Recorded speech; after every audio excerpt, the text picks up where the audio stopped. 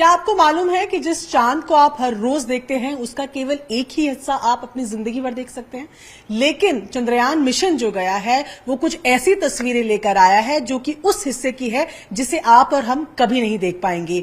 आज विक्रम लैंडर के द्वारा खींची गई कुछ तस्वीरें इसरो ने ट्वीट की है, उन पर बात करने के लिए हमारे साथ स्पेस इंडिया के योगेश कुमार जोशी जी मौजूद हैं। जोशी जी, सबसे पहले तो ये जो तस्वीरें आई हैं वो क्या है वो तो आपसे समझेंगे ही, लेकिन कितनी जरूरी है और कितनी अहम है इस मिशन के लिए?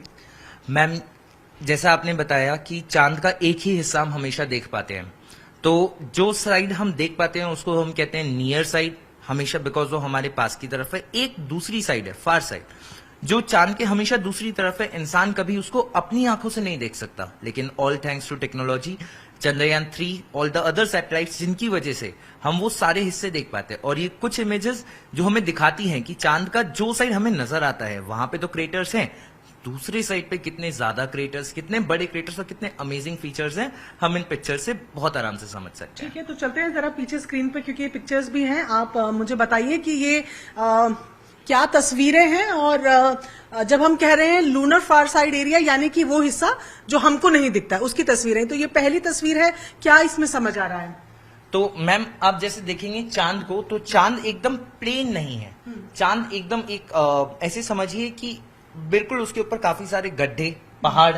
तो आप इस पिक्चर को अगर देखते हैं, हाँ। आप देखिए ये सारे गोल गोल जितने आपको नजर आते हैं, ये यहाँ पे क्रेटर्स हैं। हाँ। तो कुछ क्रेटर ऐसे हैं जो बिल्कुल सिंपल हैं, बिल्कुल गोल हैं। हाँ। लेकिन ये जहां आप नाम देख रहे हैं हाइन, हाँ। आप देख रहे हैं क्रेटर के बीच में एक पहाड़ है।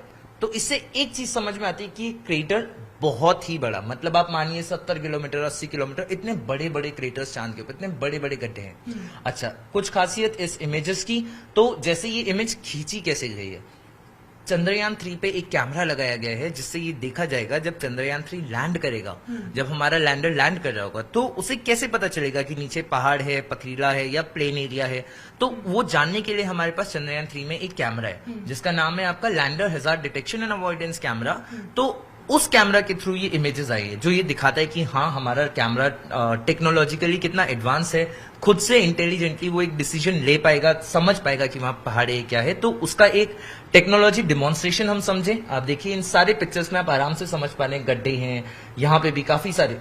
साउथ पोल का जो एरिया है वहां पे काफी ज्यादा क्रेटर्स है as compare to the centre part, जहां पे आपको प्लेन एरियाज नजर आते। जैसे आप इस पिक्चर में देखेंगे, गड्ढे हम सभी समझ पाते हैं, लेकिन आप ये जो ब्लैक पोर्शन देख रहे हैं ये उसका कुछ प्लेन एरिया है।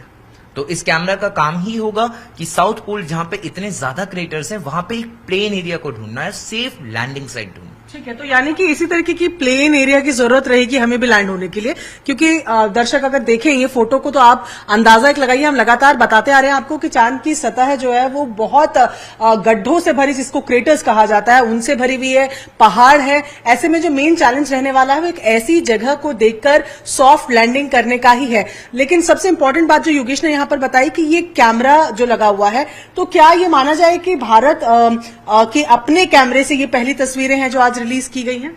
जी बिल्कुल, हम ये समझ सकते हैं, बिकॉज चंद्रयान 2 और चंद्रयान 3 ऐसे मिशन है जहां पे हमने इंडिजिनसली डेवलप्ड चीजें यूज करी हैं। इससे पहले की अगर हम मिशन की बात करें तो वहां पे हमने कुछ पार्ट, कुछ सैटेलाइट जो टेक्नोलॉजी ट्रांसफर के थ्रू हमने बाकी कंट्रीज से बोरो किया, लेकिन चंद्रयान 2 और चंद्रयान 3 पूरी तरीके से स्वदेश में निर्मित चीजों से बना है। हमारे scientist, all thanks to them, जिन्होंने ऐसे कैमराज डिजाइन किए, इतने हाई क्वालिटी कैमराज डिजाइन किए कि हम इस टाइम पे इंटेलिजेंटली सारे डिसीजन खुद ले सकते हैं। ऐसी टेक्नोलॉजी हमारे पास आ चुकी है, बस इसका टेस्ट होना बाकी है। ठीक है योगेश, जो जगह बताई जा रही है अब तक की कि जो जहां पर लैंडिंग होगी वो एटकिन बेसिन है, तो एटकिन्स बेसिन जो है वो कुछ इसी तरीके का है जहां पर इतनी जगह है कि जहां लैंड करे उसके बाद रोवर को थोड़ा आसपास घूमने की जगह भी मिले, या वो ऐसी जगह भी हो सकती है? क्या वो रिसर्च की जा चुकी होगी कि कहाँ लैंड होना है? तो देखिए मैम, एक बहुत खूबसूरत बात मैं आपको बताता हूँ। एटकिन बेसिन जिसको हम कहते हैं वो एक 300 किलोमीटर बड़ा एरिया है। अब उस 300 किलोमीटर बड़े एरिया में आपके पास इतने गड्ढे हैं जिनको हम गिन नहीं सकते। हाँ। लेकिन जब चंद्रयान 3 वहां पे जाएगा, वो सरफेस को नापेगा, देखेगा कितने गड्ढे हैं।